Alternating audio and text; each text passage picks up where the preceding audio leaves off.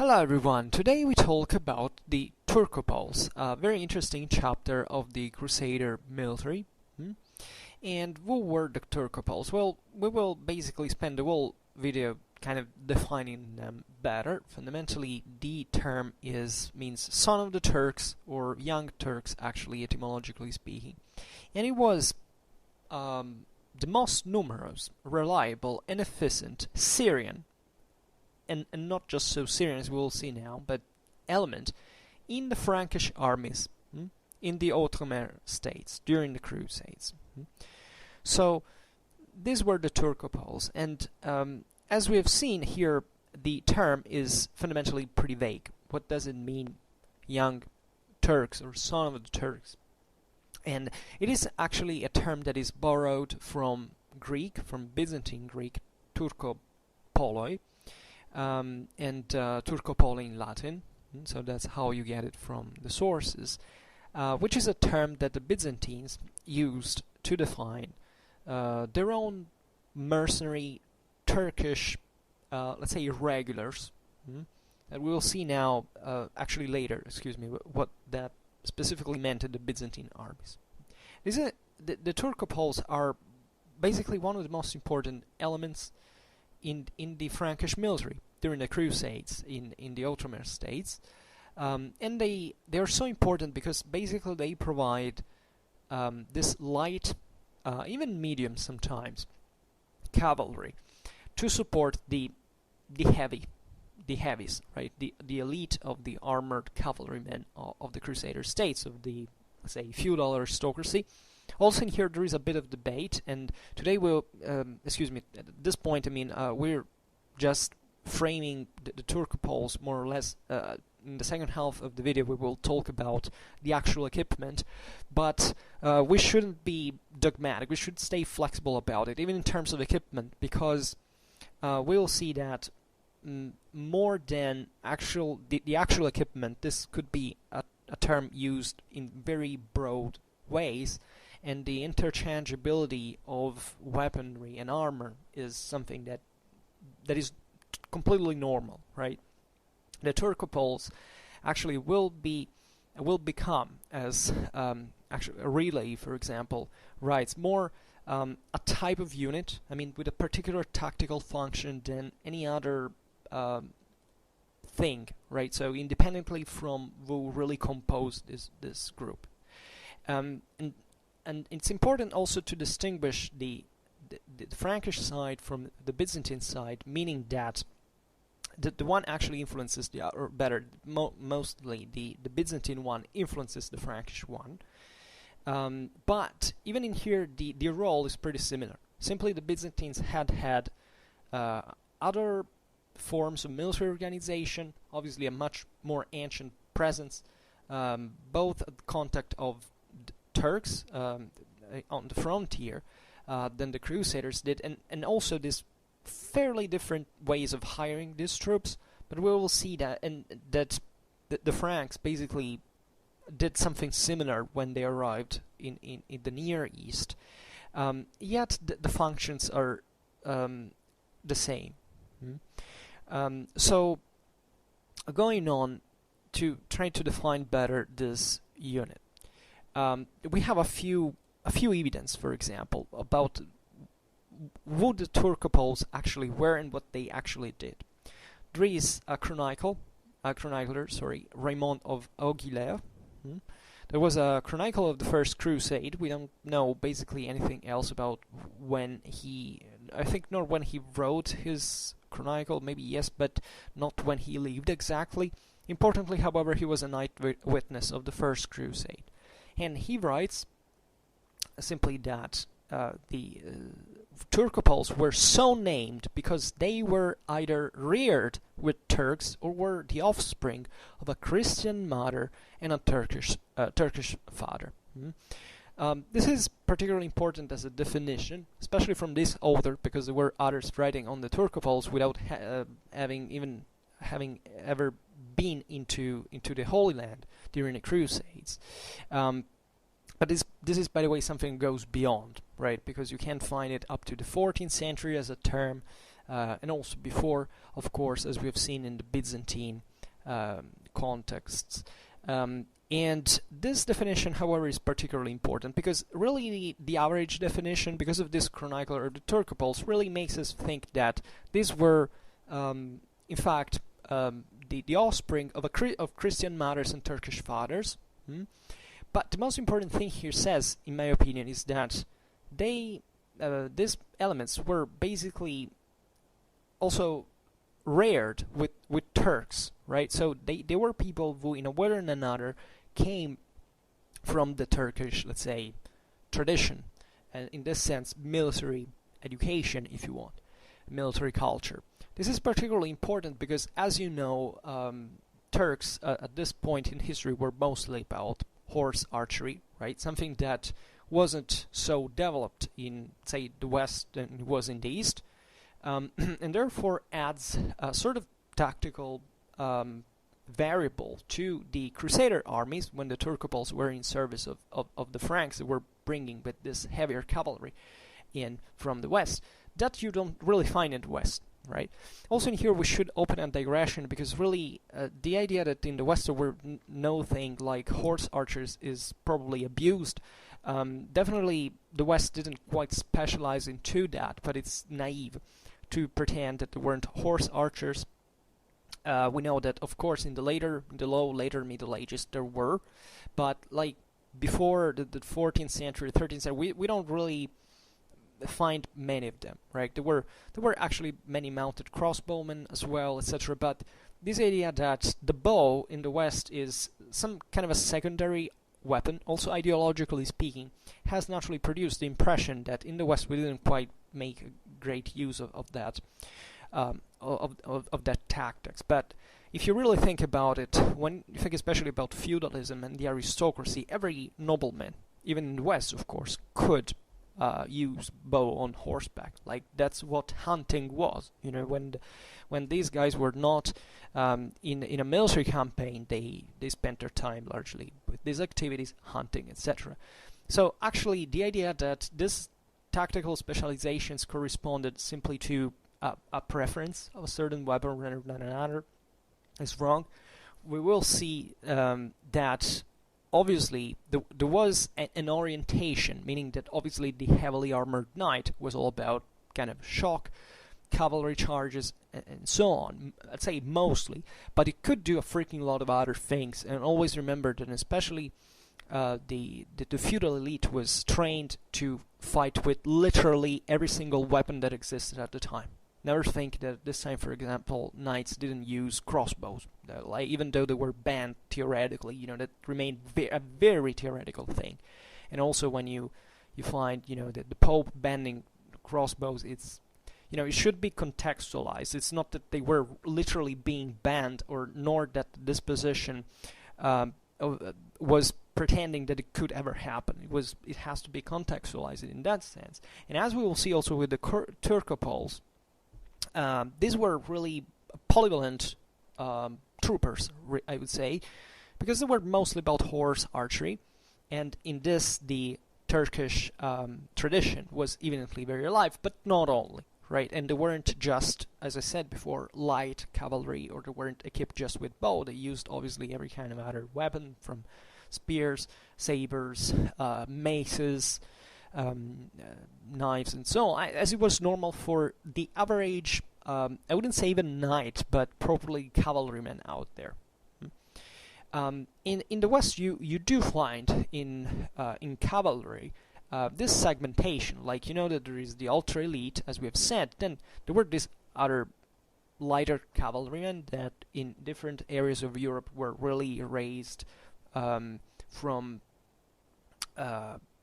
different traditions and recruiting traditions, and also political and social backgrounds, but that on the battlefield fundamentally had all the same function of, for example, pursuing the fleeing enemy, or let's say providing assistance to the heavier troops on the field, also because of the lack of mobility of the latter, and so on. So but this video is not really about this, but it's obvious that in the East, especially when heavily armored knights have to deal with Eastern tactics that were much more about the Western ones, based on feint flights and these ambushes and rare attacks, etc.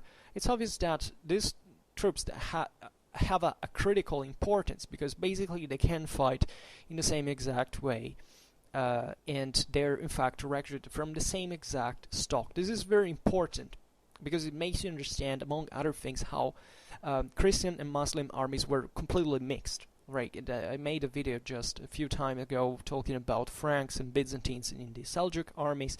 This video will be also, it's not strictly about because partly these Turcopoles were converts, sometimes they were Christians, but sometimes they were Muslims. I mean, there is not even here a religious or ethnical connotation whatsoever, but there were other actual Muslim contingents from the various let's say emirates that were sent sometimes to serve into Christian armies, and also the Byzantines made extensive use of Muslim troops, etc. But aside from this, the important thing to learning here is the obvious hybrid that derives from the meeting of, let's say, fairly different military traditions. Probably were much closer than we imagine. Like we like to frame that it was kind of a Western Europe, then the Byzantines, then the Muslims, being kind of very well differentiated in terms of military traditions, but it wasn't quite like that. Actually, there were more similarities in common, they were shared rather than differences at the time, and that's obvious given what the technological potential of the time was. I mean, more or less, these troops fought in similar ways. But it's obvious that, there were also some differences. So the Turcopoles were used as these lighter troops, mounted troops that were kind of obviously used also in the West, but not with this much more much greater emphasis on horse archery as it was required in these eastern theaters, and naturally these troops were vital, as you can imagine. Also consider that a knightly and courtly culture, expressed sometimes through sources, this very idealized way of war and of culture, let's say, that naturally stressed and put this enormous emphasis on the individual, on the knight, like on the elite. But unfortunately, historiographically speaking, we lost a lot of information because it wasn't celebrated as one of the knights of all these lighter troops that both in Europe or in the Near East or wherever were of dramatic importance for the majority of military operations, right? Because the elite is basically a pitched battle unit. Like, it can fight obviously elsewhere. It's very important in sieges, also as the Crusades show, etc. As assault forces, they're very flexible, as we were saying before. They're multitask. But when you have lots of other troops that are, say, more specialized in exploring, skirmishing, scouting, and all this stuff, obviously you're gonna use them also because they're cheaper. You can replenish them kind of more easily. Naturally, consider all these medieval armies loaded with adventurers and brigands, even that joined the armies to support them in theory, but just being there for loot. This is particularly frequent. And also, don't think that really Europe was devoid also of these traditions, especially in the East. Like, there were lots of, for example, of Cumans, of other troops that poured sometimes, especially in Eastern European kingdoms, that were of dramatic importance also for Western warfare, even if we have kind of forgotten it. But this was very close even to countries like Germany or Italy and so on. So this this element has really a much greater importance than what is often credited, or what we are, by obvious sympathy, more interested in. Like, we all like, thinking of knights, right? The shining armor and all this great figure, etc. But this guy is really made a terrific job, and without them, basically, knights could have never operated in the first place. Always remember that the knight, in this sense, is not like a monad. It always needs lighter troops as squires or other that share these military traditions, right?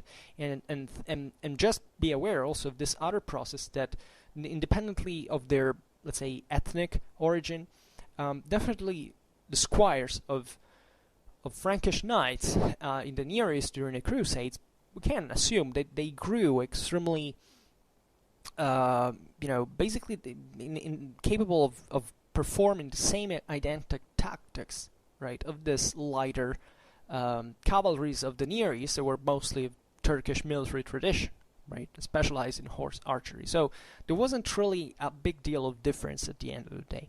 Yet Turcopoles, as this entity, were particularly important. So to better define a little bit, first of all, I would like to stop once again on Raymond d'Aguilar's statement, thinking that first of all, that this Turcopoles were perceived, even by this source, as somehow related, strictly related with Turks, right? So here it says either reared with Turks or offspring of a Christian mother of a Turkish father. So this means that in a way or another, they knew what Turkish way of war really was, right? It wasn't just a name or a stigma or something that was attached. No, they actually were about knowing how to fight in that way. So who were these guys? Because, for example, the Franks applied the term rather more loosely to Syrians. That definitely, some of them natives, for example, of mixing parentage, as we've seen, like Turkish fathers and, say, Greek mothers, for example, according to Albert of Abe, or Albert of Aachen, actually, was this German clerk that that actually was never in the Near East, but writes this thing. So he basically follows Raymond d'Aguilar, but also converted Turks serving in Crusader armies, right? Actually, Crusader armies, as we have seen before, had on many occasions, just like Byzantine armies, properly Muslim troops fighting for them, right? And there is no reason to pretend that, let's say, every one of these troops was kind of a convert. Like, they might have been, and this really stems to personal belief that could even be concealed in certain occasions, etc. But that think of what the hybrid of the Near East really was at that point, of all these several traditions, Greek Orthodoxes, Muslims, Jews, and Roman Catholics, all at the end of the day blending together as this, mixed offspring, for example, of the Turcopoles really seems to suggest so evidently. So it's particularly important to understand here the lack of boundary between the things, really, and thinking also about local warfare. It's obvious that it was extremely easy to find there bands, for example, of Turkish cavalry that could be hired as mercenaries, right? The Turks, in terms of this, or Turkicized, let's say, bands that were basically all over the Muslim world, we can say, at this point, not even just the Near East. So the point is that these origins could be particularly mixed. I mean, it was normal to hire mercenaries that had that kind of military tradition, as it was normal, especially outside the great cities like Jerusalem or Antioch, to find communities that lived a bit that way. Even shepherds, of people who made a living on this mixed way of hunting and raiding and stuff like that. That definitely existed. So this group of Turcopoles is very, very wide. It's basically boundless in this concept, and that's why really I believe states so clearly that it was really about what they did more than who they were. Also because by the mid-12th century, especially judging from the evidence of names recorded from Turcopoles in written sources, it seems quite possible, and they could be really possibly a great many, that they might have been, the Turcopoles might have been Syrian Franks, the Poulains, the Batards, when not actually same European Franks. Why not? You know, European Franks actually equipped to fight in Turkish fashion, as we were saying before. So you have here all the spectrum of what a Turcopole could be, really. And it's at this point that you understand that basically there was no difference whatsoever. This could be local Syrians, they could be Turks, they could be Poulan, they could be Europeans, they could be really from any kind of background. Also in the regions that were eventually conquered from the Byzantine territories, etc. There were already these communities that were already in origin, basically a mix between Byzantines and Turks after the spread of the these populations that were also quite mixed, not just really Turks. There were lots of Kurds, but even Caucasia, other areas, even of the north, even from other regions of Europe proper that had come to inhabit these lands. So, but what is important here to stress is the shared military tradition, right? This is particularly interesting, for example, that in the early 14th century, the Catalan mercenaries that arrived in Greece employed this Turcopoloi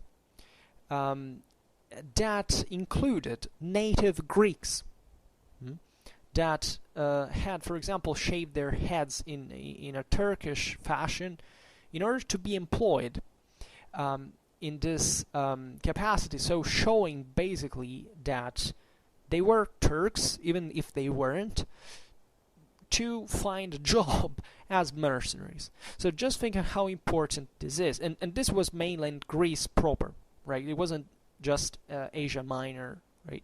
So where there had been that heavier blending. So you understand that here the Turcopoloi or the Turcopoli were fundamentally just we can't say even probably a specialty, but a type of unit, of mercenary unit, preferably, right? There is all a problem that we will analyze in a while about what, were Turcopoles only cavalry, or were there also foot soldiers? Well, I stay open about this as well, but it really does seem, as we will see later, that they were mostly cavalry, and mostly light cavalry and horse archers, more specifically, which also in here shouldn't be really thought like as a particular specialization, but simply as what it was the average cavalryman in this Near Eastern context. So really the most basic thing you could do. And obviously there could be foot soldiers. Like we one thing I don't understand why so many people are so dogmatic, like reasoning in black and white, basically. They say, well, it's either cavalry or infantry. Well, no, because cavalry can dismount, and these troops could be employed, especially these ones, in most diverse ways. I mean, obviously every trooper can be used in that way, even the heavy knight, as we've seen before, but these ones were basically sort of factotum, right, of war. That's why they fluidified war, as a matter of fact. I always remember that in Seljuk armies at this time, for example, the average trooper was a horse archer. Like, there was this narrow elite of heavy cavalry, like in the West, basically, albeit arguably slightly, but just slightly less heavier. Excuse me, yes, less heavy. And the rest were literally only horse archers. And obviously, this trooper could dismount because you need infantry in some form, but that's the same thing. With the same weapons that you use as a cavalryman, you can also fight on foot. And that's why also weapons were conceived to be that at the end of the day. So there is really nothing strange about all this. And it's perfectly coherent. How were the Turcopoles framed into the Crusader armies? Well, fundamentally, like many other units, and this happened both in the Christian and in the Muslim armies, there were certain officers that were generally, let's say, from the side of the, let's say, they were kind of officers of the establishment, right? Now that I remember, actually, in Muslim armies, it happened that there were this, in a sense, Muslim officers leading Christian mercenaries, but there were sometimes same bands that had their own chief. This is also natural, actually, and this is a let's say a dynamic that is probably more evident between the 13th and the 14th century, because there is basically a professionalization in the market of war. So at that point, military units, these war bands, are not just about like levies or stuff like that. They were actually professionals that wander around for finding unemployment, and normally they were guided, in fact, by chiefs like constables, just to make an example, that were obviously bonded with the unit, the troops, so they were used in the place of officers. But I think it's typical, especially kind of previous times, to have, let's say, if you were Byzantine, you hired these troops, you would put a Byzantine officer at their command, or if you're a Crusader state, you put a Frankish officer. If you're a Muslim state, you put a Muslim officer, whichever these guys are, right? And the Turcopoles officers were called Turcopoliers. And relatively to the Crusader states, we don't truly know whether they were Franks, but I mean, we don't have the certainty, but probably largely they were. I mean, as long, obviously, as the Crusader states maintained some sort of solid military organization, they could provide these Frankish officers for them, right?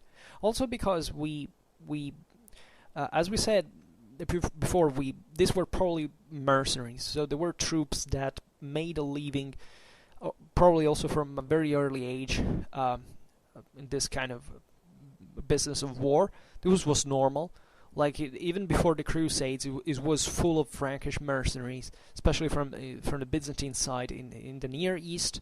So this was not really an unknown world where the Crusades started out of the blue, and they were in full contact, like with the Near East, from ever, basically. And actually, a big deal why the Crusades started is that there had been already a large Western penetration in these areas, and this military man obviously knew what it was about, what the business had been about. So never think of the Middle Ages like a closed world where nobody knew nothing about the rest of it. It's kind of silly.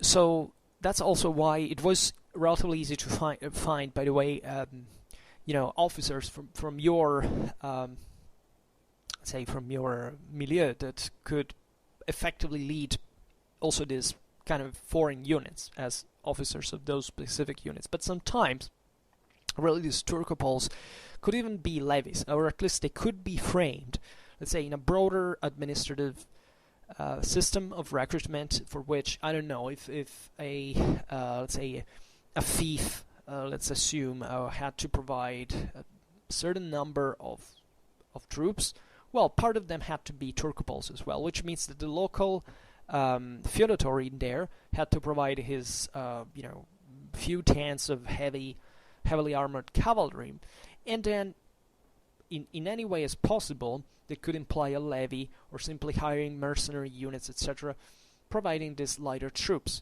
And also in here, it was not even just a matter of literally providing them, and to attach them, because it was normal for the society of that time for that heavy cavalryman to already have like 2 or 3, let's say, orientatively, at least in numerical proportion, the rest of the army, lighter troops attached. Because as we said before, it couldn't work before. Like the heavy cavalryman was substantially like a panzer, right? It was like you needed, it was all, obviously it had a reduced visibility, reduced hearing because of the helm, the heaviness of the armor, etc. So it needed this lighter cavalry to run about back and forth and shouting at them, look left, look right, because it really worked like a tank, like it as a small tactics, small unit tactics level, right? So it's perfectly fine. However, also in here we have to point out that when the Turcopoles were mercenaries, they were, for example, in the Kingdom of Jerusalem, under the overall command of the Marshal of the Kingdom, right? So they had this more, and it's kind of obvious because when they're mercenary, the great problem of Crusader states in part is naturally making feudalism working in the Holy Land, and because it's complicated to make it work anywhere. But let's say that in the Near East, the Franks found a bit of difficulty because naturally these lands were different from Europe, so also applying the feudal system there was a bit more complicated. But in general, it's the intrinsic decentralization of the feudal system that makes difficult to even make that noble within your own kingdom to participate to the army, right? And there was a lot of bargaining, of negotiations, all political problems, as you know, intrigues, and even double people who sided. So there were let's say, I don't know how to say it in English actually, but this fact that they winked basically also at other powers from the external side, etc. This was normality. So the fact of having mercenaries, it was usually from the side of people who could cash large amount of money, which is a process which states tend to do when they don't rely on their feudatories anymore. So all mercenaries were framed under the Marshal of the Kingdom. Mercenaries paradoxically were also kind of more faithful, more reliable than the nobility in this sense. The myth that the mercenary is basically like a son of a bitch who does whatever he likes, that betrays you all the time, it's like a 19th century romantic and nationalist myth. Basically everybody betrays if there is a viable option, if it's a convenient option. These guys did it for money, as long as you could pay them, they were kind of reliable, right? And it was normal at the time, and we've seen it before in the case of those Greeks who even faked to be Turks in order to be enlisted, that naturally there was always plenty of people who wanted jobs in this field. And as light cavalry, actually the Turcopoles were fielded in pretty large numbers, like it was normal, right? There were obviously way more Turcopoles than there were heavily armored knights. So we can count, for example, 1,500 Turcopoles in the army that campaigned in the Jezreel Valley in 1183. Also, the Christian army at Hattin could include several thousands of them, probably around 4,000. There is also this other author, Usama ibn-Munqidh, that was a medieval Muslim poet, author, and Faris. That is a knight, basically. So this is also interesting as a as a source that states that William Jordan, the regent of Tripoli, so Christian nobleman, single Christian nobleman, could field as many as 200 Turcopoli. This is in the Chronicle, so the Latin Turcopoli, right? In his employ in 1107. So you find them immediately, obviously, in the Crusader armies. Interestingly enough, Turcopoles were served Christian crusading armies in Tunisia as well during the Eighth Crusade during in the French army of Louis the Ninth. So you find them also in these other environments that are not strictly Near East, but North Africa. They are to be found in the same, also in Cyprus, for example, and also were employed in considerable numbers by military orders. We know that the Hospitallers, for example, supplied 500 of them in 1168, and at the Battle of La Fourby in 1244, the Hospitallers and the Templars together lost over 500 Turcopoles in that defeat. So I would like to talk, before passing to the equipment of the Turcopoles, I would like to talk about the Byzantine ones, just to make you understand how the thing is actually a bit mixed. It's very mixed, actually.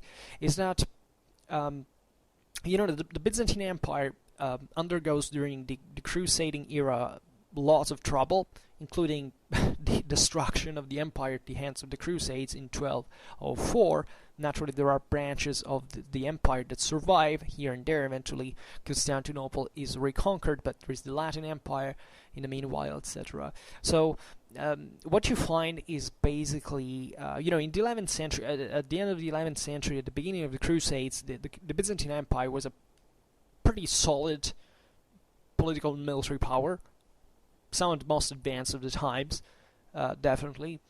So there was a military system that worked fairly, the Byzantines compared to the Western, let's say to the Franks, had a much more centralized system, while feudalism was all about decentralization. Actually, also the Byzantine Empire, both politically and militarily as a consequence, tended to decentralize. Think, for example, about the pronoia, so this system for which land was entrusted to certain aristocrats that had to provide military service. So it was never quite like in the West, up to at least the 1204, where naturally these chunks of empire that survived the conquest of Constantinople underwent a major process of westernization in many ways, and feudalization at the same time. So, in fact, it was plenty of Westerners, but you can find it really in Byzantine military culture during the same Komnenian age. A lot of, especially during the 12th century, of westernization, of actual Latin mercenaries coming from there, often from Norman Sicily, but also from literally everywhere in Western Europe. So the point I was making is that you can trace into this, between the 11th and the 14th century, naturally a collapse of the Byzantine military system. So that theoretically everything had to work with a sound military administration, levies, centralized direction. Progressively, this all basically falls apart, and there is this decentralized system that works chiefly with mercenaries recruited on at the moment. That was a bit normality at that point everywhere else. So really, it was sort of normalization. Well, not a term that I use very much, but in this sense, just to make you understand that it was the Byzantines were the notable and remarkable exception up to that point. So, what is interesting is that the Turcopoloi in Byzantine use are to be found throughout all the period in the same identical way. One reason being that they were in fact mercenaries, or something similar at least. So the Byzantines were never out of them. As long as they had money they could spend for the military, they hired them. And it's obvious that this actually, the Byzantines recruited troops a bit from everywhere. I mean, literally around the empire. So they had, for example, lots of, aside from, at this point, Constantinople had a tradition of horse archery that dated back to very, very far back in time. But they kept this happened as a in part also because the Byzantines always hired mercenaries, and at some point you may say, how similar were horse archers, Byzantine horse archers, to the ones of, I don't know, of the Cumans of the north, or these Turks of the east? Where basically they were literally, and I mean literally, identical. Like, you can't distinguish them because they are the same people most of the time. That are hired, and that eventually the Byzantines also start to copy in their training. To copy in absolutely virtuous ways in this sense. I don't believe in cultural appropriation. So you have to be very clever and very smart to be able to copy and make something function, and the Byzantines were absolutely great at this. So you can find, however, the Turcopoles are always there in the Byzantine armies. And the methods of employment and organization seem to have never undergone any kind of decline whatsoever. And also in here, their identity was mostly based in, on the fact that they were available at all times, and that there were troops that, in part, were proper of the same Byzantine milieu, right? The Byzantine system, at this time, always remember that there is nothing like a frontier, like a place where you say, like a border proper. Like you say, here we are inside, here we are outside. Basically, everything is, even in the Byzantine Empire, is somewhat decentralized. There are communities pouring in, and they're also very difficult to stem, etc. So, in fact, even before for example, the Battle of Manzikert, where after which the Anatolian plateau gets flooded by chiefly Turks, but there had been lots of other populations before that had come. The same Armenians, for example, that had fled the Turkish advance, or the Kurds that were also way closer to those places than the Turks initially. So it was really a pretty heavy blend. And they came to be settled within the same empire, and always be aware of the fact that, especially at this point in history, especially towards the first centuries, like the 11th to the 12th, there were problems of population. Like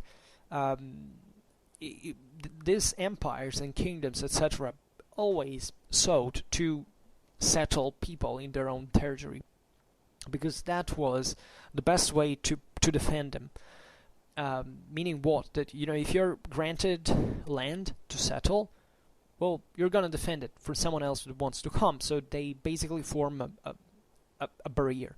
Obviously, this is no better than militia most of the times, but still, these are people who trade, who pay taxes in some way. So their wealth, right, and their manpower. At this point, never underestimate, in 11th century, for example, manpower, because, after defeats like Manzikert, for example, well, in there was even a territorial loss that makes it more evident, but let's say replenishing, I don't know, thousands of troops wasn't something that you could do, from a day to another. You needed to discontinue. It was not even about the actual lack of people, of population at the time. It was the problem that, if you took them too many from one place, for example, that place would go deserted, but also these people would start to resist. So before replenishing the losses would take literally generations. So that's why also some battles are so important, not because there were even this massive military catastrophes, but actually because they saw in one day an enormous quantity of resources burned, right, that had taken so much work and wealth and heart. So this time crop rate is dramatically low, so before replenishing that, it takes a long time. Reason for which, naturally, troops literally from everywhere and independently from their religion came to serve this, whoever had money, right, and prestige, in this sense. For example, Alexius I Comnenus, one of the greatest Byzantine emperors in general, that also lived during the First Crusade, relied heavily on the Turcopoloi, right? They feature prominently, for example, in the events of the Crusade of 1101, and in fact, the same Alexius had as many as 7,000 Seljuk Turks in his employ as early as 1083. You know what it means, right?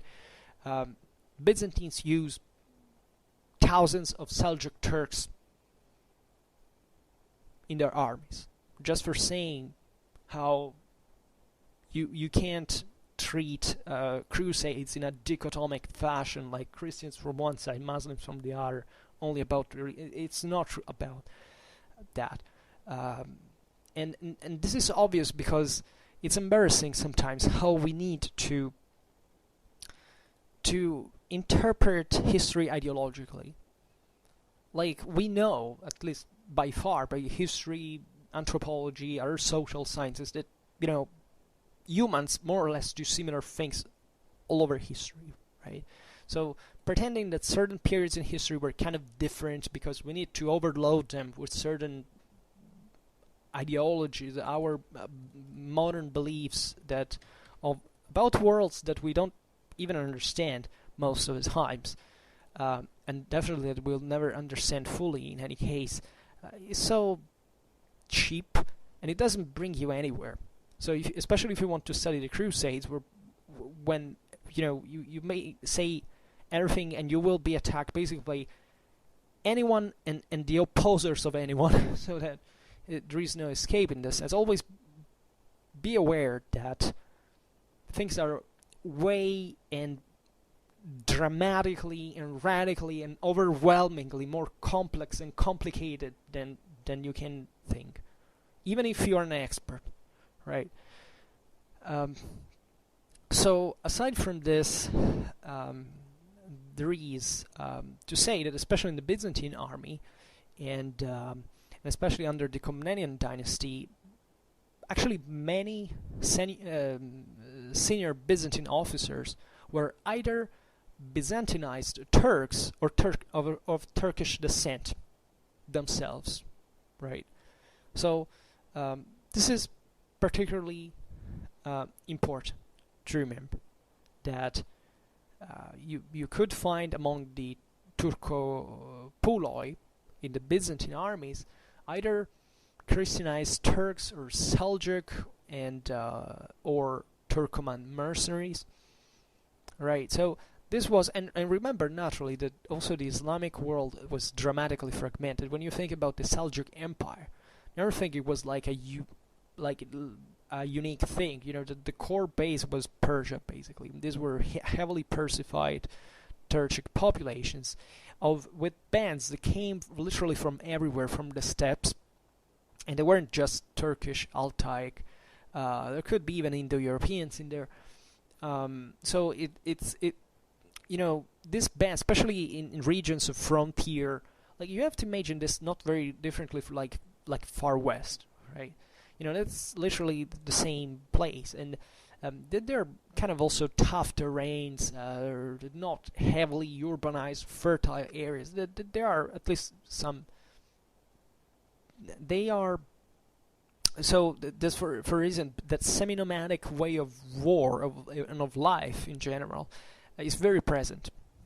Right. Always remember that Anatolia, for example. Well, Byzantine Anatolia was very different actually from Islamic Anatolia, because the collapse of the Byzantine rule in there made even irrigation systems and dams collapse. So basically, the Turkish arrival kind of dried up. That's kind of partly desertified and changed a lot economy and lifestyle. But in general, think that also looking from the Muslim world perspective, that the Anatolian region, let's say, was like a bit of the outskirts, of course, and it was the area where most even of the kind of heretical groups that were all mostly about war and were a bit more fanatic and more refined, like rougher because they lived in this wilder areas, obviously, compared to Mesopotamia or to Egypt, like were very very developed and evolved, let's say, were really considered as warriors. When I made that video on the caliphal armies, I remembered this, that, for example, it was full of heretics in there, but the caliphate army of the Orthodox, let's say, drew heavily from those troops at the outskirts because they were effective, militarily speaking, right? So here it's the same. Christians hiring Muslims, Muslims hiring Christians.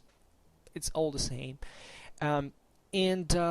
So this was about more or less the way we can frame the Turcopoles really in their broader political, social, and cultural environment. Passing to the actual equipment of the Turcopole as a fighter.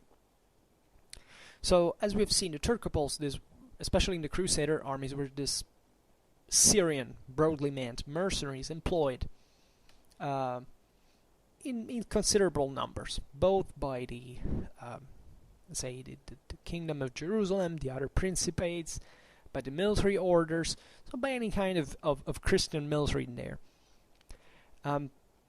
So certain authors, for example, Smail, said, we know a bit too few about the Turcopoles for saying they were all about horsemen and archers, or horse archery. Things might have been actually more mixed than this. And I tend to agree with the healthy skepticism that can derive. Like, you can't really and exclusively characterize these troops as, just because they're Turcopoles, they have to be the stereotypical horse archer. Because even if the average was that, you can find several different shades of that. Actually, I personally believe that, even if in very small numbers, but I think it's obvious, it's not even a matter of my own opinion, Turcopoles were heavily armored as much as as the feudal elite, right? They were rare, naturally, but you have to frame them into what the local organization was, in the decentralization, in the emergency of spontaneous lordships. Why couldn't a band of Turkomans seize a castle and starting to live from there, like lords, and raiding around, and therefore stealing, or producing armor, heavy armor, and having it. Like, at that point, you may argue, well, they don't really transform. They are not really wanderers or mercenaries anymore. Because especially if you're a small community, you're probably based in somewhere. You can be bought by someone else. Never underestimate what all the options that exist, that are on the table at this point, right? However, we mentioned before Jonathan Riley Smith that writes about the fact that the Turcopole referred mostly to a function rather than the race of the holder or anything. They were mostly horse archers. So why do we believe so? Well, because we have some evidence that tells us, that makes us strongly suggest they were mostly horse archers. For example, at the Battle of Sarmin in 1115, there were certain archers that Usama ibn-Munqidh, that we named before, actually names Turcopoles, and specifies that they were the archers of the Franks, right? This is particularly important because, by the way, Crusaders definitely had archers on their own, archers, crossbowmen, whatever.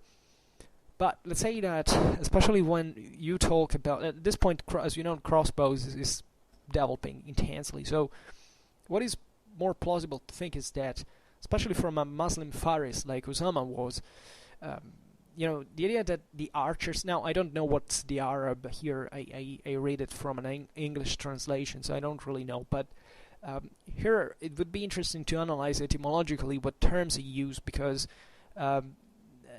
the archer, especially in the Eastern world, is kind of a more characteristic figure. Like, it's loaded with much deeper meaning. So here the archer is not like the Levi archer you can find in a Western European fief that is just a peasant with a bow, and this means something else. Like, this means in fact a horse archer more than else, in my opinion. And but also in here we shouldn't be too dogmatic about it. There is another chronicler of the Third Crusade that describes an engagement, actually, with Byzantine troops on Cyprus, and that says that the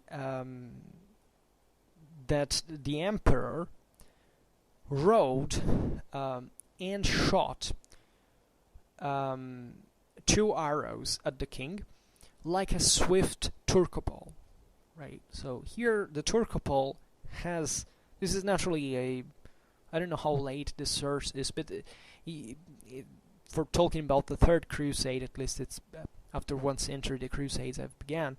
So here the Turcopole has assumed the stereotypical picture of like a horse archer, like a swift cavalryman, so a light cavalryman, presumably that shoots arrows, right?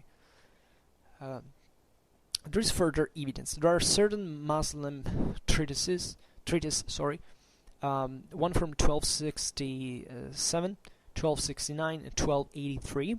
It's fairly late. Here we are at the end, even on the same Outremer states in the Near East, that equate, quote, a knight for a knight, a Turcopole for a Turcopole, a merchant for a merchant, a foot soldier for a foot soldier, right? So here it's very clear. If you distinguish a foot soldier from knights and Turcopoles, well, it means the Turcopoles are normally, at least, cavalrymen, right? So they're not knights because they're not as heavily armored as knights. On average, they're kind of lighter cavalry, right? Here it doesn't talk about archery, but we can't guess the meaning. Even Saladin,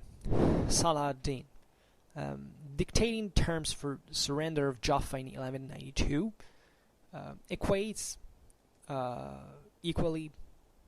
likewise, knight for a horseman, a foot soldier for a foot soldier, and a Turcopole for a light armed soldier.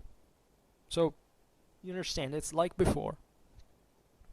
The foot soldier is different conceptually from a Turcopole, and also from a knight.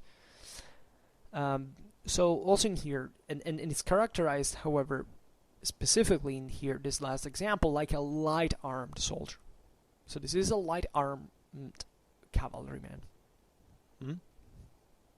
This is explicitated here. And there is William of Tyre, also very important, as you know, a figure, bishop in Outremer, that's one of the major sources for the Crusades, that actually states specifically that Turcopoles are light armed horsemen, point, end of the story. So we're fairly, we have a fair amount of evidence that at least Turcopoles were perceived largely as light cavalrymen. As we were saying before, the origins was mixed. There was probably an evolution in this origin as well, right? Obviously, when the the Crusaders arrive into the Near East, there were probably already this half-breeds between Turkish, let's say, Muslims and maybe Christian women, for sure. I'm saying this because Turkish mercenaries were naturally men, and they would arrive in these lands and they would naturally copulate with local with locals, there were also other Muslims, of course, but there were, as you know, many Orthodoxes and other Christian churches. So this was the state of things like ever. Like in Muslim world, Christians always lived was normal. The Turks had represented this novelty, this relatively recent, but not so recent anymore, novelty of troops coming from Central Asia and being employed as mercenaries by the Caliphate and spreading all around, basically even seizing power and control. I made several videos on the Seljuks, I believe. Yeah, if you go in medieval Islam playlist, you can find everything there. But also the medieval, of course, also in the one of the Crusades, but not specifically about this. So, as we were saying before, over time, there is also the Frankish component that has to do something with it. So, now also Crusaders naturally began to intermarry with local women. And in general, there were many of these called poulains.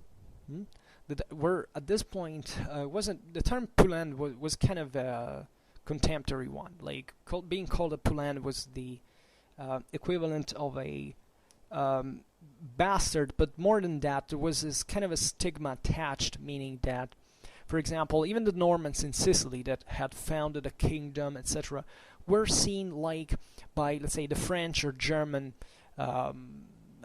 nobility as those are the guys who left kind of the north to go live into Sicily. That was a Muslim-dominated land, even if many people there remained Christian, even during Muslim domination. So the idea was this kind of prejudice that existed towards even those Christians who had decided to choose to go live into these lands. For example, even in the Outremer states, there are many chronicles that state quite openly, even from the same Christians, but sometimes even from Jews or Muslims, that say explicitly that basically there was a sharp difference between, let's say, the Crusaders that were, let's say, already in the Outremer states, and those who came, the many European Crusaders that came from, like it was normal sometimes, like they came just for 1 year or a few months, and then they came back to Europe because so they could say they had made the crusade, but they weren't very committed to stay, and this was a chronicle problem actually in the also that produced shortage of manpower. As you know, that was a dramatic difficulty for Crusader states.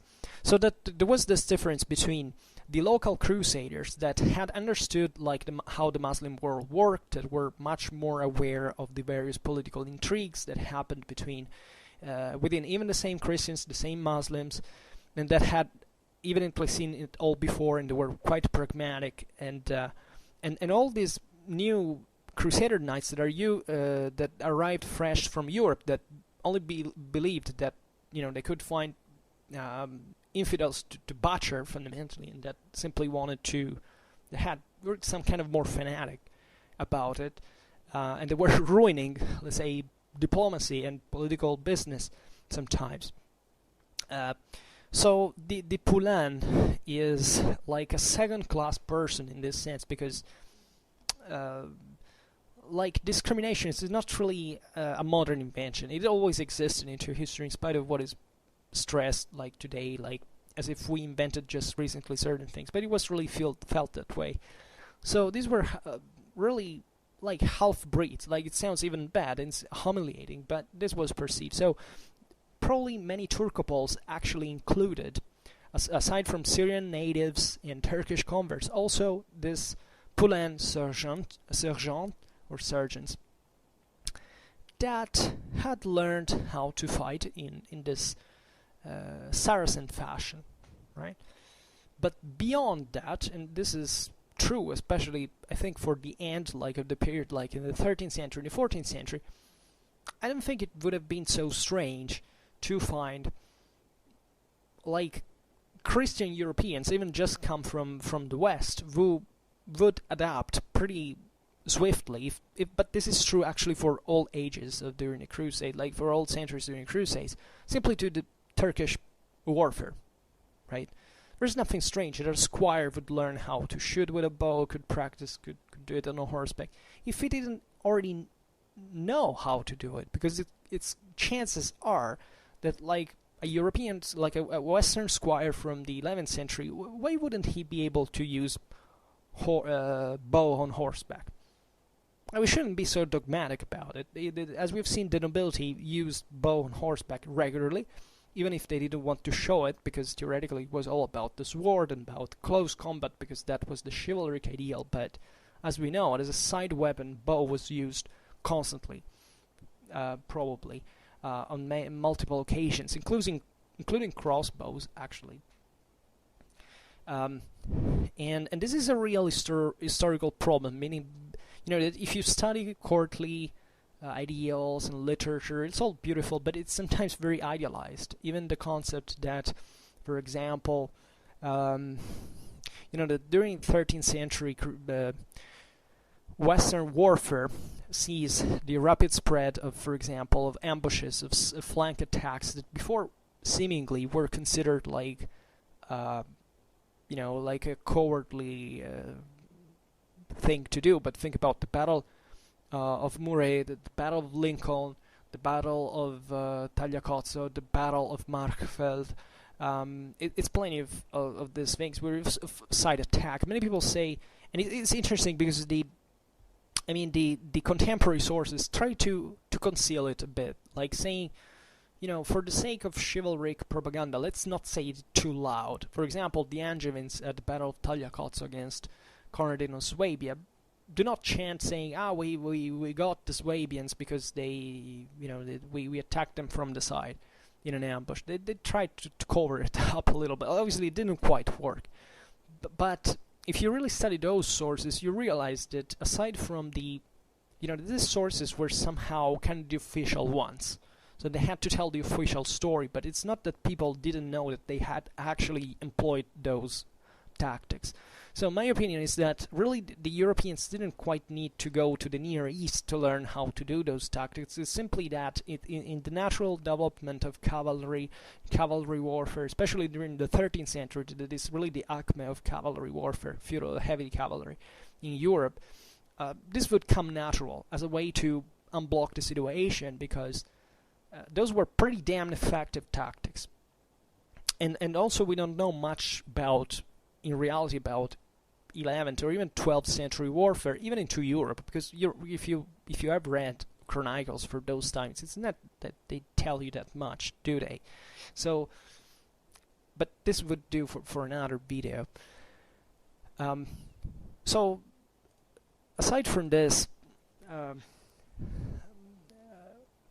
how were these Turcopoles equipped at the end of the story? So we have said it a little bit before.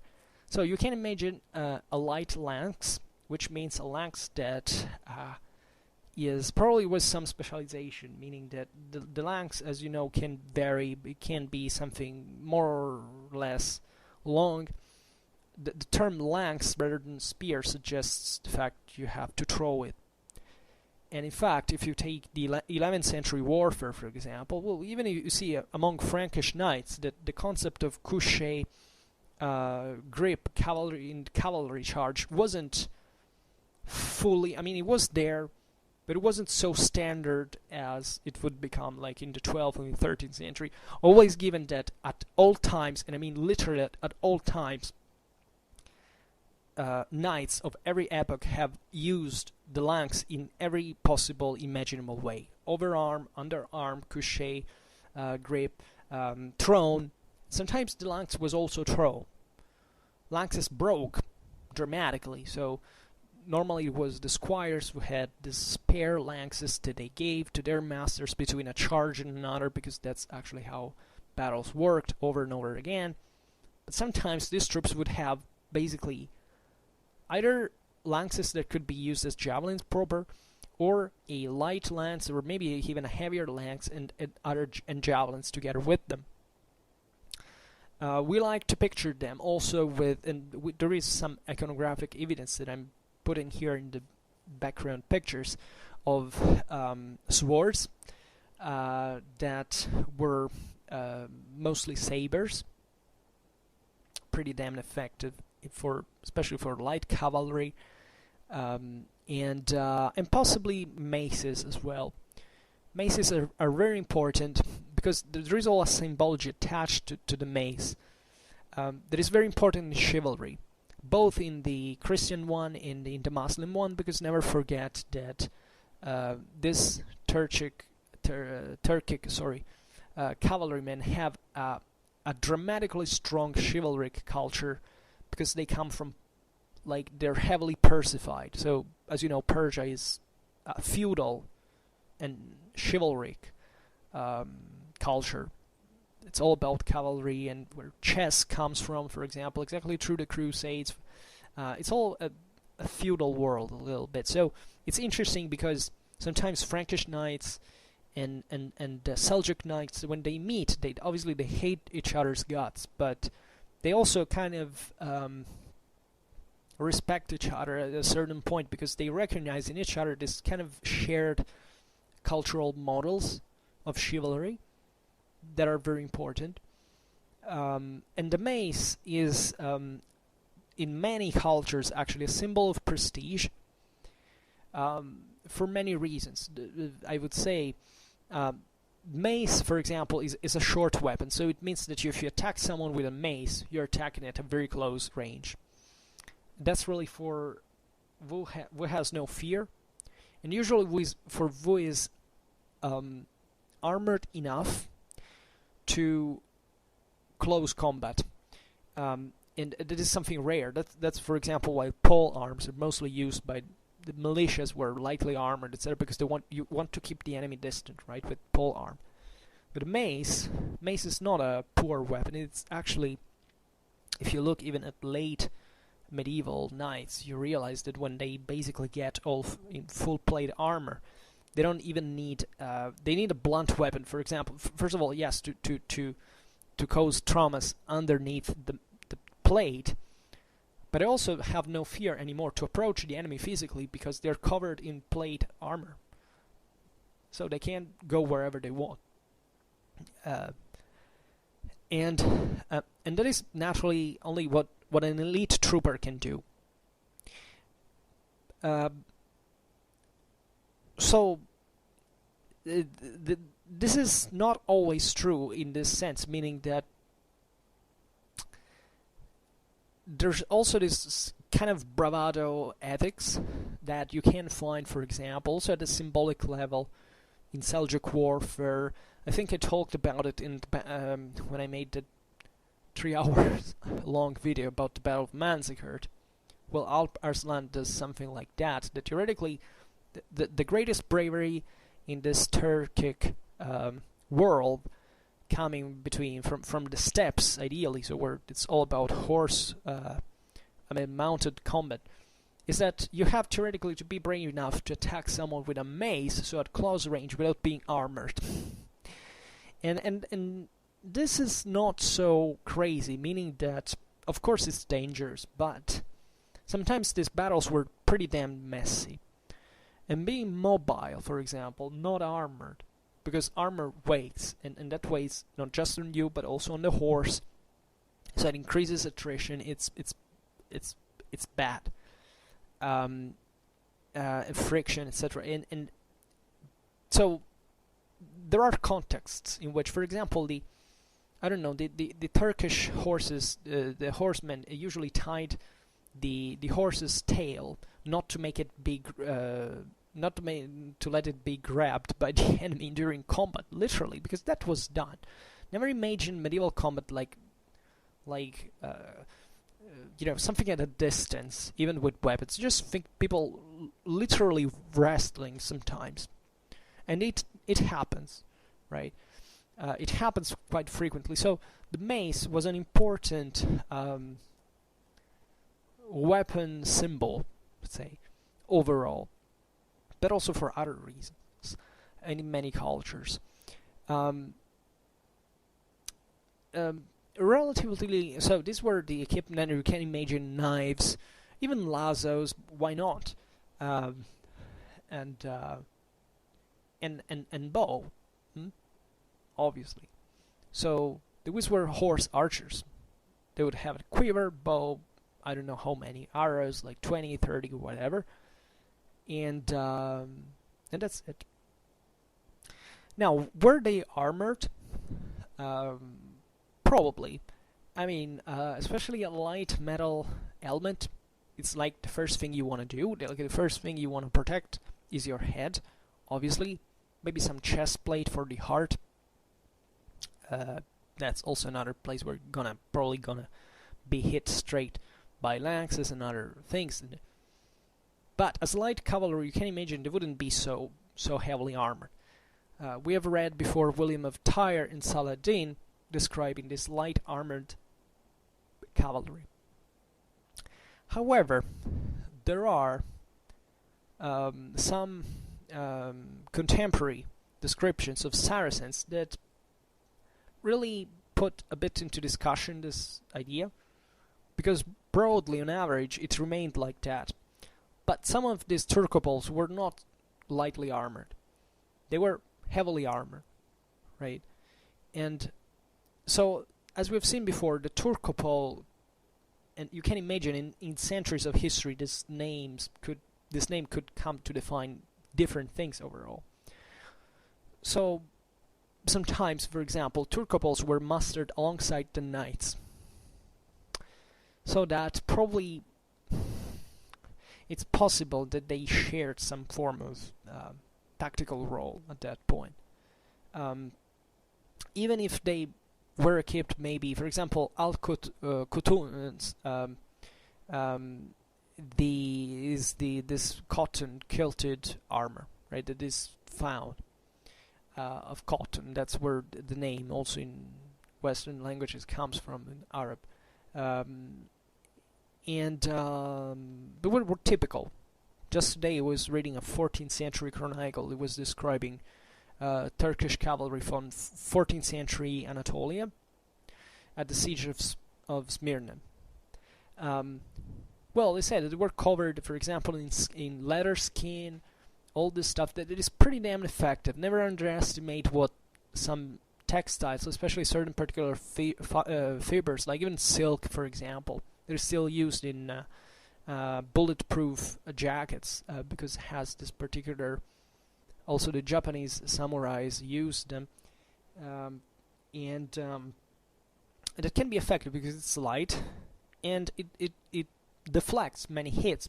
Just consider most of the hits you're gonna take, especially if you are a runner, like a light cavalryman, are not really straight hits. Like you're probably gonna be thrown the hell against you, at you. But very rarely that's gonna come. Obviously, the more you approach the enemy, the more like a crossbow bolt, can arrive at you with dramatic impact, even pass through you very easily. But even if you have this kind of light kilted armor, you're done with. But most of the hits would come not at a straight angle, and they can be other bullets sometimes. Never estimate. Everything was thrown in these battles, including rocks, etc. So that would do for something, right?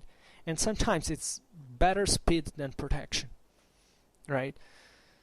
Not always, but when you talk about units and tactics in general, it happens. Like, it's better overall to have a more mobile unit sometimes, and as long as it's cohesive and can maneuver in a broader plan, can be more effective than a heavy one that, it's ultra shock heavy cavalry, but maybe cannot move that much and has to wait just for the right moment. And if it goes out there without without a target to charge, it's just it gets tired immediately. It tends to break down, to be lost. So that's why Turcopoles were so important, because definitely both the Franks, the Byzantines, and the Muslims had this ultra heavy cavalry, but that was a narrow elite. They needed this lighter cavalry to operate. definitely some of them could be even, some of the Turcopoles could be equipped as heavily, right? And in fact, we have evidence of Guy de Lusignan that establishing for the first time fiefs in Cyprus. You know that Lusignan came to rule into Cyprus in 1192. There were some Turcopoles that were owed service of a man with mail armor and 2 horses. So that's heavy cavalry, right? At this point, it's evident, right? So in that case, there were Turcopoles that were settled, because the question is, just imagine even what the relations could be. Why, if you have to choose a vassal, why not choosing a Fatewoman? And maybe it was a Turcopole, and you settle him down and you give him fiefs, and he has to provide heavy armor. And you don't have to think that it's so difficult for a horse archer to readapt himself to fight as a heavy cavalryman, right? Because really the difference is whether you're a man of war or not, more than technique proper. Naturally, it did require a lot of training, but it's obvious that a Turcopole already knew how to go pretty damn well on horseback and could learn to remain in formation. It was difficult, that was required, that was vital for heavy cavalry, because heavy cavalry has to stay united, otherwise it's done for. Cavalry charge fails if it's not perfectly ordered. There's a lot of struggles among even the same knights who had trained a lifetime to stay in line, to be cohesive during the charge, because it's not much a matter of experience, but really whether you freak out or not. Like if you're nervous, this happens usually to the younger ones that are too excited and they can't run in front of the ranks and at full gallop to vent anxiety, but that's detrimental for them, but also for the entire cohesion of the unit. So as we've seen here, we have the proof that Turcopoles could be equipped with mail armor as well, right? In terms of recognition, because you may ask, if these were literally identical, these Turcopoles were literally identical to Turkish archers, how the hell could they recognize themselves? How did it happen in the first place in armies at the time? As you know, at this time there are no uniforms.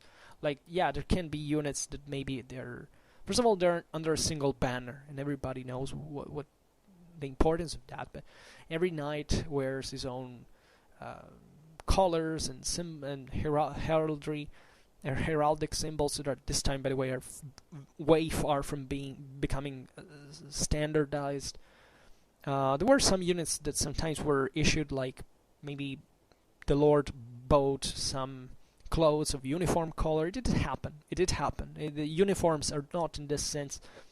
Even about the term of uniform, I don't think we should be so excessively dogmatic, because it's really a matter of it's very arbitrary that when you may want to start the concept of uniform to be born. What do you want to concentrate on troops using a same issued color, or the technology having actually identical colors, or the degree of centralization in the modern state? Because consider that even when uniforms in modern times were invented, after 2 months of campaign, it's not that people had uniforms anymore. They were, they disintegrated. So there were other ways to recognize themselves. And you can imagine how it was during crusades, terrific, and especially if there are troops that come from kind of the same background, like these ones that we have seen here. So it's probable that the most recognizable symbol would be a cross for crusaders. That this was really a standard thing, probably, especially having seen that there could be Muslims as well in these troops, is who knows, right? But in general, as we've seen, the Turcopoles were converts, were already Christian from before. So in that case, yeah, the probably cross was not a big deal. And all the other troops generally used similar forms of recognition, right? You know, what does a crusader wear? That's the freaking name, right? So a cross. And of different colors, because as you know, even military orders had different colors and different crosses, shapes, and this could be put over the shield and or the surcoat, the tunic, and so on. And the same goes for other, like for example in the military orders, as you know, there was a sort of hierarchy, like there were the knights, then there were these confrères bretons fundamentally that were and even mercenaries there as well that could be filled, and that usually carried similar devices. For example, we know of shields with chief gules across argent, indicating that these troops belonged to the Hospitaliers. So yeah, they found a way. Like warfare existed before the invention of uniforms. People knew how to distinguish each other, and generally it's pretty clear. Like if you even consider how most of these battles were fought, it's true that there was a lot of difficulty to identify who was who. Just the other day I was reading about a battle in 14th century here in the West, where how can you recognize like a ribaud, like a peasant or someone else? It doesn't have a uniform. Like across the field there were people that probably went from one side to another, right?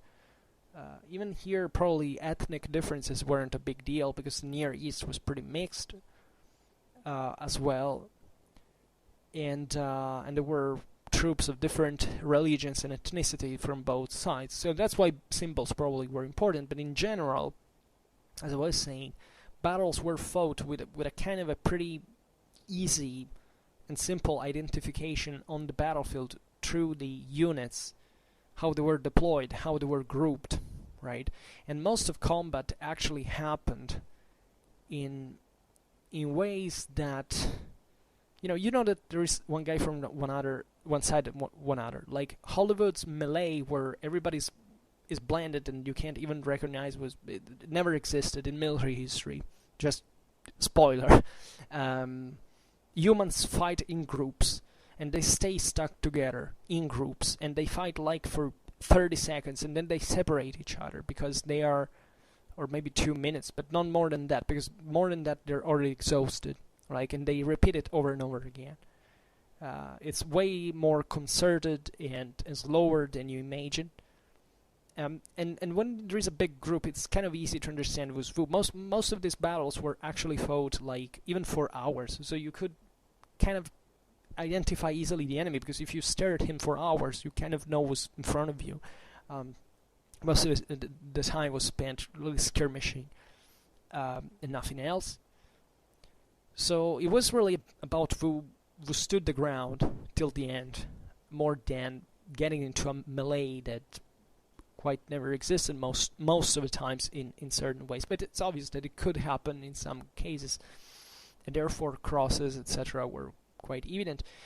And as you understand, there was also pretty good, large degree of customization in general, so that if you really wanted to show that you were a crusader, you wouldn't absolutely lack crosses everywhere to be easily recognized, because that could make the difference between life and death. It could go in both senses, actually, because if you were captured and you had signs to be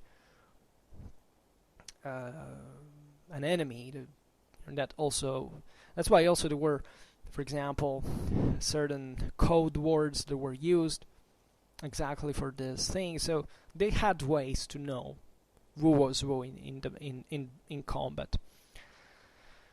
Okay, and I was very happy to make this video. I don't know why. There are certain videos that I think they're better made than others.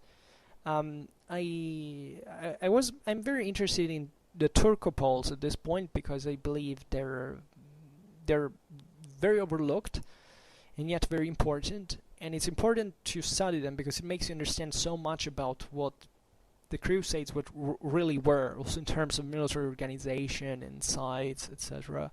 And there is much to say. Obviously, we will keep talking about Crusades.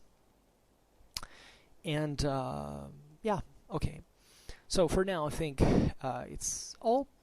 I hope that you enjoyed this video. If you did, please share it. Otherwise, leave a like or subscribe to my channel if you're interested in my upcoming contents. And for now, I thank you heartily for listening to me. I wish you a nice time and see you next time. Bye.